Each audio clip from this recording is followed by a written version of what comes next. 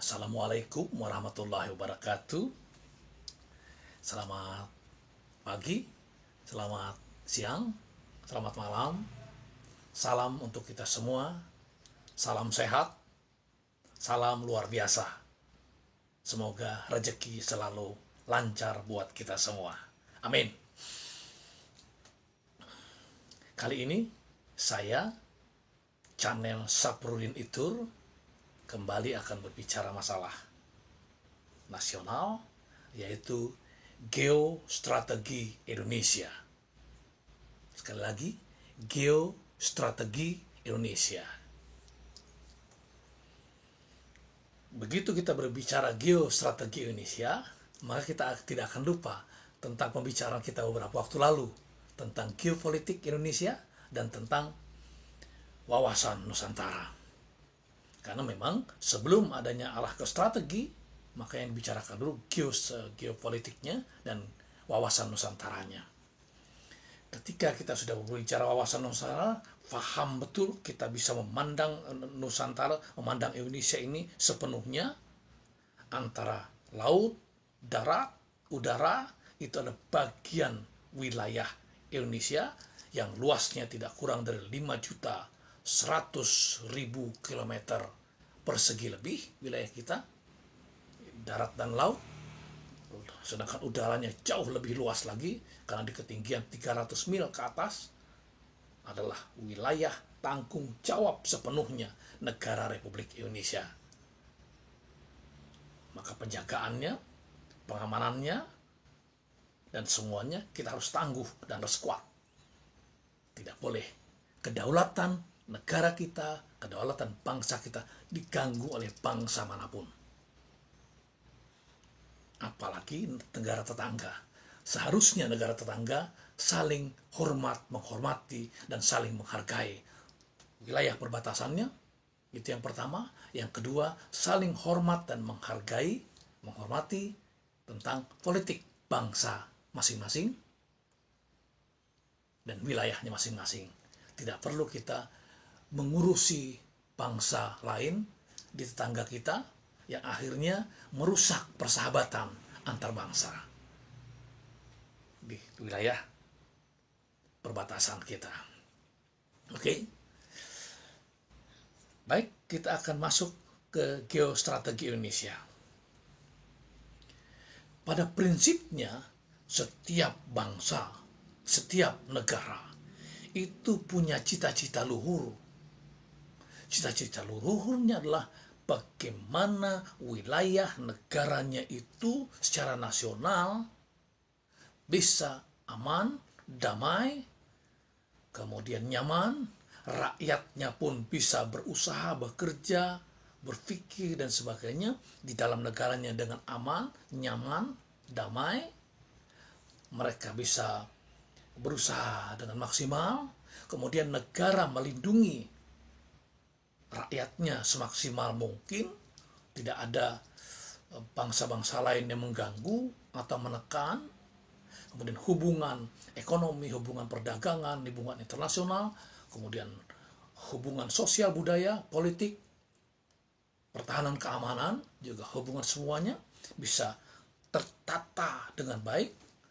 Kemudian masuk ke negara, ketatanegaraan kita pun harus betul-betul terstruktur dengan bagus, berdasarkan konstitusi kita, berdasarkan ideologi bangsa kita yang masuk dalam ranah negara kesatuan Republik Indonesia.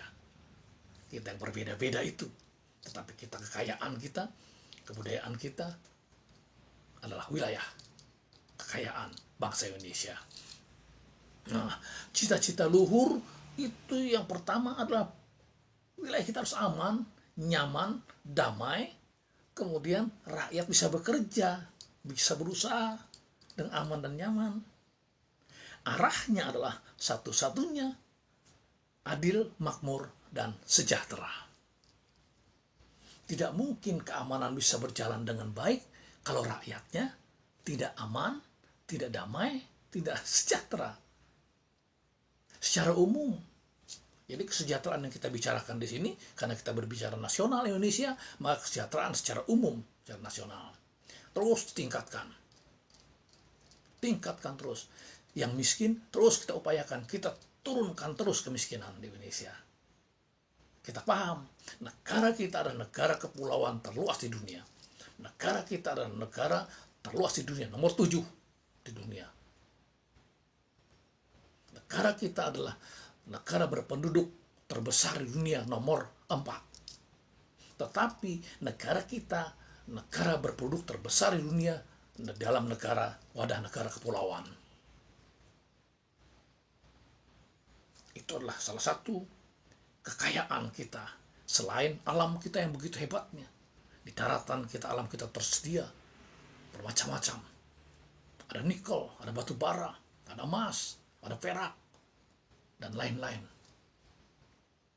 Kemudian di laut kita, ranah laut kita yang sangat luas, ikan-ikan kita, jenis-jenis ikan kita begitu banyak dan siap untuk dimanfaatkan semaksimal mungkin oleh rakyat Indonesia. Kemudian di dasar laut kita juga kaya dengan potensi alam, baik itu potensi alam yang bisa kita pertahankan dengan baik maupun potensi alam yang bisa kita manfaatkan sekarang dan akan datang.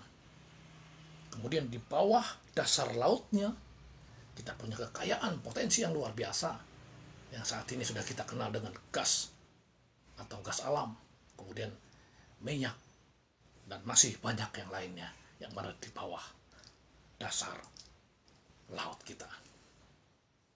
Nah, itu semua adalah negara kita. Itu semua adalah wilayah kedaulatan bangsa kita. Nah, tentunya dalam melaksanakan keinginan cita-cita bangsa yang luhur itu, pastilah ada ancaman, pastilah ada tantangan, pastilah ada hambatan, pastilah ada gangguan. Ancaman dari luar maupun dari dalam. Ancaman dari luar, kekuatan bangsa-bangsa lain dari luar menekan. Seperti yang terjadi baru-baru ini. Di Inggris ada salah satu tokoh dari Papua menyatakan kemerdekaannya di negara Inggris. Kemudian ada beberapa orang di Australia memanjat ke konsulat jenderal Indonesia di Melbourne, Australia. Juga bagian dari upaya mengganggu pertahanan dan keamanan Indonesia secara keseluruhan. Itu adalah bagian dari ancaman. Kita harus bernegosiasi, kita harus segera menghubungi Inggris dan Australia agar melerai, mendinginkan suasana. Jangan sampai negara kita dengan negara mereka terjadi hal-hal yang tidak patut terjadi. Kemudian demonstrasi-demonstrasi di negara kita yang akhirnya saling caci maki dan mencemooh negara Australia dan negara Inggris. Itu kita hindari agar nama baik bangsa Indonesia tetap dipandang bangsa lain. Kemudian bangsa lain pun harusnya menjaga nama baik terhadap Indonesia. Karena politik Indonesia, politik luar negeri Indonesia adalah bebas, aktif. Kita bebas berhubungan dengan bangsa-bangsa lain di dunia, tapi tetap aktif untuk melaksanakan ketertiban dunia. Kemudian berdasarkan aturan-aturan dunia.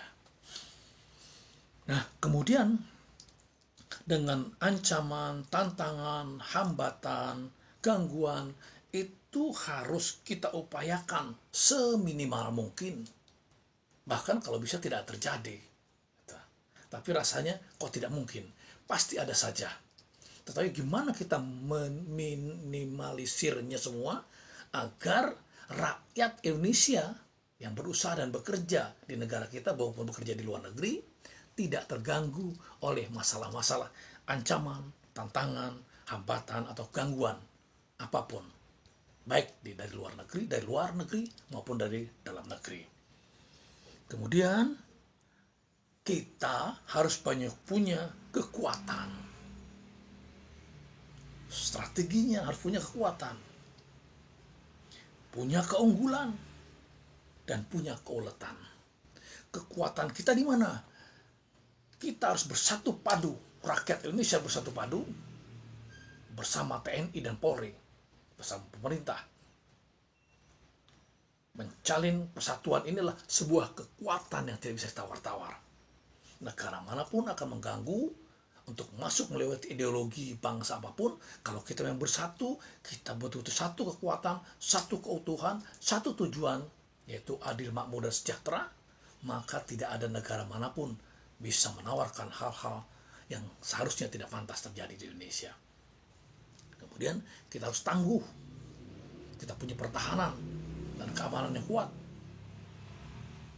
Rakyat kita juga bagian dari pertahanan semesta yang rela untuk siap berkorban untuk bangsa dan negaranya.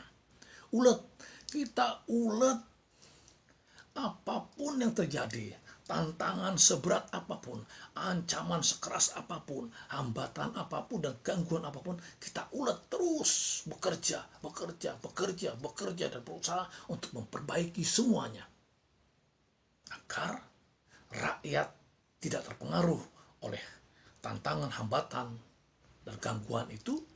Kemudian bangsa-bangsa lain pun tidak mampu untuk mengganggu wilayah kedaulatan negara Indonesia. Jadi harus punya kekuatan, harus punya ketangguhan, dan harus punya keuletan, harus ulet. Kalau istilahnya bekerja, kita tidak peduli apapun, kita berusaha terus sekeras-kerasnya.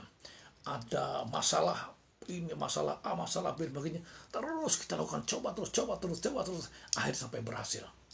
Kita ulet. Itu ciri khas bangsa Indonesia yang ulet. Kita pekerja keras, kita pemikir yang hebat,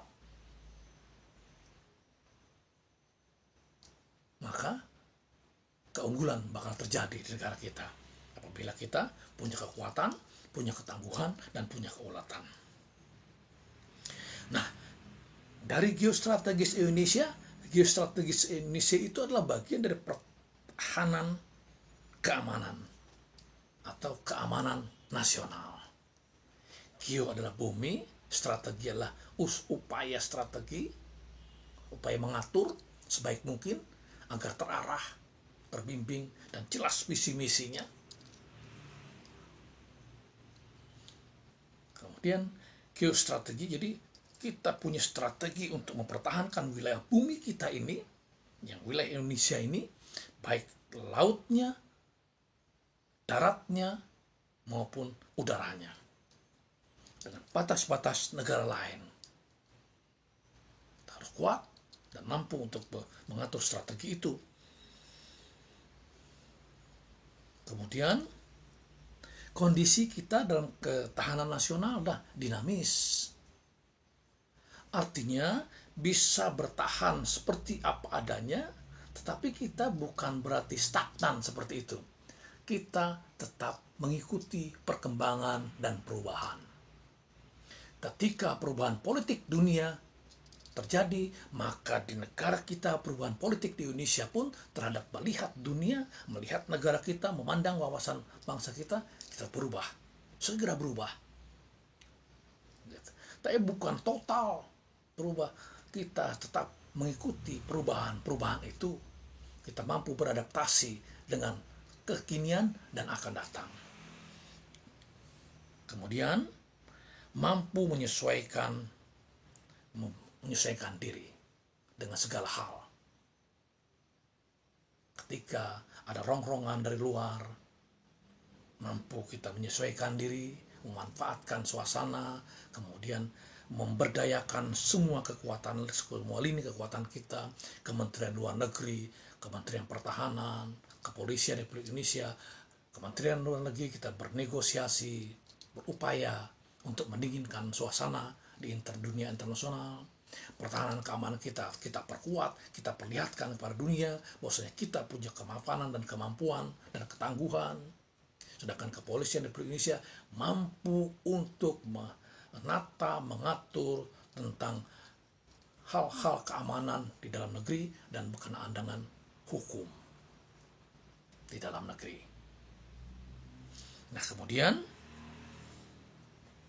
pendekatan ketahanan nasional antara lain yaitu pendekatan kesejahteraan yang seperti kita bicarakan awal. Kemudian kedua, pendekatan keamanan. Tadi sudah saya katakan, keamanan tidak bisa terlaksana dengan baik kecuali kita paksa. Kalau rakyatnya tidak sejahtera secara umum. Begitu rakyat sejahtera, begitu rakyat punya usaha, bisa mengembangkan usahanya dengan aman, nyaman, dan terus berkembang. Rakyat kita punya pekerjaan yang layak dan memadai. Rakyat kita punya kesempatan untuk menambah ilmu pengetahuan dan teknologi. Baik sekolah di SD, SMP, setingkat SMP, setingkat SLTA, perguruan tinggi. Yang tidak berkesempatan sampai ke perguruan tinggi, mereka punya tempat untuk pelatihan-pelatihan skill, pelatihan-pelatihan keahlian sesuai dengan keinginannya, yang kemudian dia bisa mengembangkan diri setelah selesai pelatihan itu, baik mengembangkan diri di negara sendiri maupun mengembangkan diri di luar negeri sebagai tenaga kerja di luar negeri. Itu dibutuhkan oleh rakyat Indonesia. Semuanya arahnya adalah bagaimana mensejahterakan rakyat secara umum. Tetapi upaya itu kita bangun bersama-sama. Rakyat pun tidak boleh tinggal diam. Saya, Anda semua tidak boleh tinggal diam. Kita harus bersama-sama untuk membangun itu semua, untuk memajukan bangsa Indonesia. Begitu sejahtera secara umum, kemiskinan semakin menurun, maka keamanan itu akan mudah diatur, ditata, berdasarkan strategi yang sudah diatur secara nasional oleh pertahanan dan keamanan, Kementerian Luar Negeri, dan kementerian-kementerian lainnya yang berkaitan dengan pertahanan ekonomi, pertahanan budaya, pertahanan politik, pertahanan keamanan sendiri. Akhirnya apa yang terjadi? Begitu kita bisa kesejahteraan dalam ketahanan, pendekatan ketahanan nasional, keamanan kita bisa terjamin. Nah, kita pagarilah seluruh wilayah Indonesia, laut, darat, dan udara ini, agar hal-hal yang masuk negatif, yang masuk paham-paham baru yang tidak boleh ada di Indonesia, itu kita kantor sedemikian rupa. Bagaimana mengkantornya?